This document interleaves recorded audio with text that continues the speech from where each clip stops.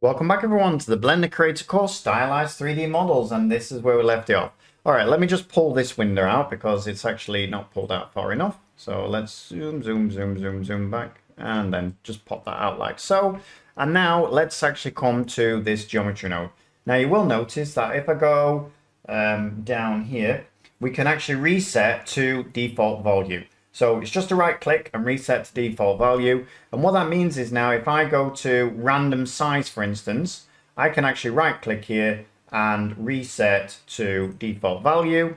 And yeah, that's changing the random size. So we can see here, this is the random size that I wanted to change. I'm just going to put that back to whatever I had it at, 1057. Tile length, the same thing, reset. Default value. You can see now they're all nice and straight. I don't want that, of course, but I'm just showing you what these actually do. Tile width, randomize, is the same.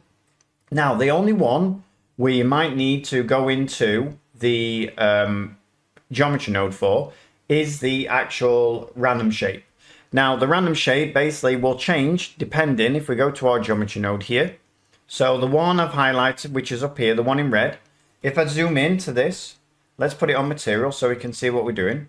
Now this, if I pull this up, will change your tiles to look like this. So this is the best thing about this, is the fact that we can change tiles to look however we want them to, which is pretty cool, right? Now let's go back and just put those back. So at the moment they're flat tiles. You can even change them so they're actually inverted as well.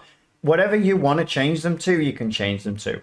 So you can see we can have terracotta tiles on a Spanish villa somewhere. We could have Egyptian themed tiles in some way. The only thing that we can't do is change the roundness on them. That's something I think I'll create further into this. So the tile shape for the actual roundness of the ends, because I know there are some tiles that are rounded and it would be nice to have those as well. So I think in the future I'll add to this geometry node and create those parts as well. But apart from that, you can see this is absolutely useful in any of the projects that you're going to be working on.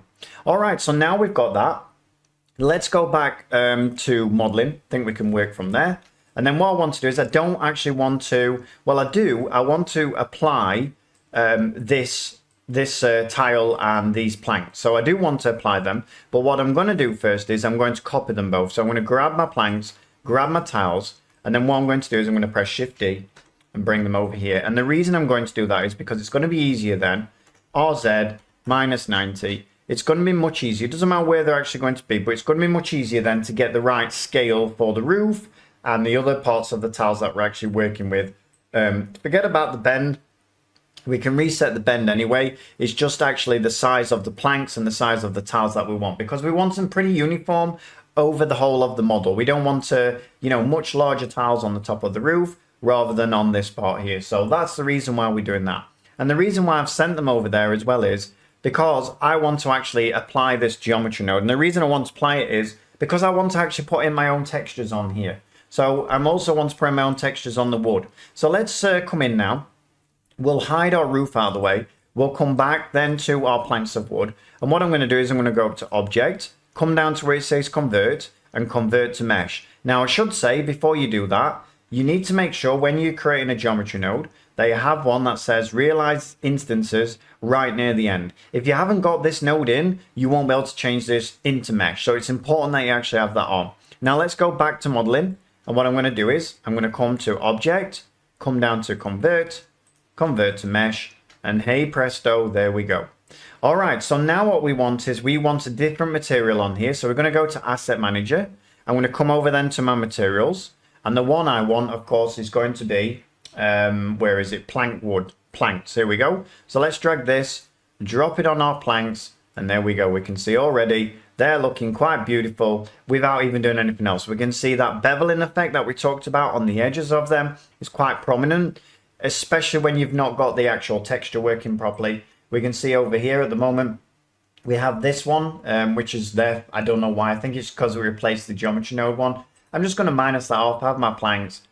And then what I'm going to do is press Tab, A to grab everything, U, and let's Smart UV project and see how that's going to turn out for us. Now we can see again with the planks of wood, the wood is going the wrong way. So I need to spin that round. So let's come in to my composite because I know most of the time, these planks of wood, of course, are going to be using the planks, material, which means that if I turn it around, it'll be the same for all of them, which is exactly what we want. So let's come to shading. And then what we're going to do is we're going to zoom in. And the first thing I'm going to do is turn it around. So it's always, most of the time on the Z, 90, spin it round, and there we go. Now what I want to also do is turn it round on this one as well. So I'm going to come in, rotation, because there is two, because of that beveling effect that we talked about. And then finally, let's think about the scale of these. Rather than going in, if you can see here, this is what it looks like. We're in one UV map. Rather than going in and doing that, let's actually change the UV map a little bit. So what we'll do is we'll come to the first one, and where it says scale, let's put it on 1.3, like so. Let's come now down to the bottom one and put that on. In fact, we'll do this top one first. Let's try it on 2. So let's see what happens on there. Let's try it on 0.5, and let's get some happy medium. All right, so I think 1.5 seems to look, at least to me, pretty nice actually. So 1.5 looks really nice. Let's try going to 3 or something like that. I always like to go a little bit further up. Yeah, and I think actually 3 looks much better. Okay, happy with that. Let's go now down to the bottom one. We're going to grab all of these. 3, enter, and there we go. Okay, so that's now set up. This actual material is set up for planks of wood. Now the next one, of course, we want to do is our roof. So let's come to our roof. Now the roof, we need to go again to the asset manager. So let's come over to asset manager, and I'm looking for roof, which is this one here. Drag, drop onto my roof, and there we go. We just need to minus this one off. So minus this one off. Not a lot of difference, as you can see. And now what we need to do is we need to unwrap these. So, and the reason is actually because I've not actually converted yet. So object, convert, mesh, minus, roof, drop on, and there we go. All right, so that's looking a lot better. The only thing is, obviously, we've not unwrapped this yet. So they're all going to be pretty much in the same place. So let's press tab, let's press A, let's press U. And this might take a little bit of time because you have a lot of roof tiles here. So just be warned, it might take a bit of time. So let's go to Smart UV Project, click OK, let it load up. Let's go to the shading panel now. And here is what our roof tiles look like. We can see that if I press tab, we can see that all of these roof tiles are like this. They look really weird. Now, rather than changing, we could come in and change the mapping on these. There is only one mapping on these. So let's actually go in and change the mapping first. Let's put the scale on something like 3. And let's see what that looks like, if that's any better.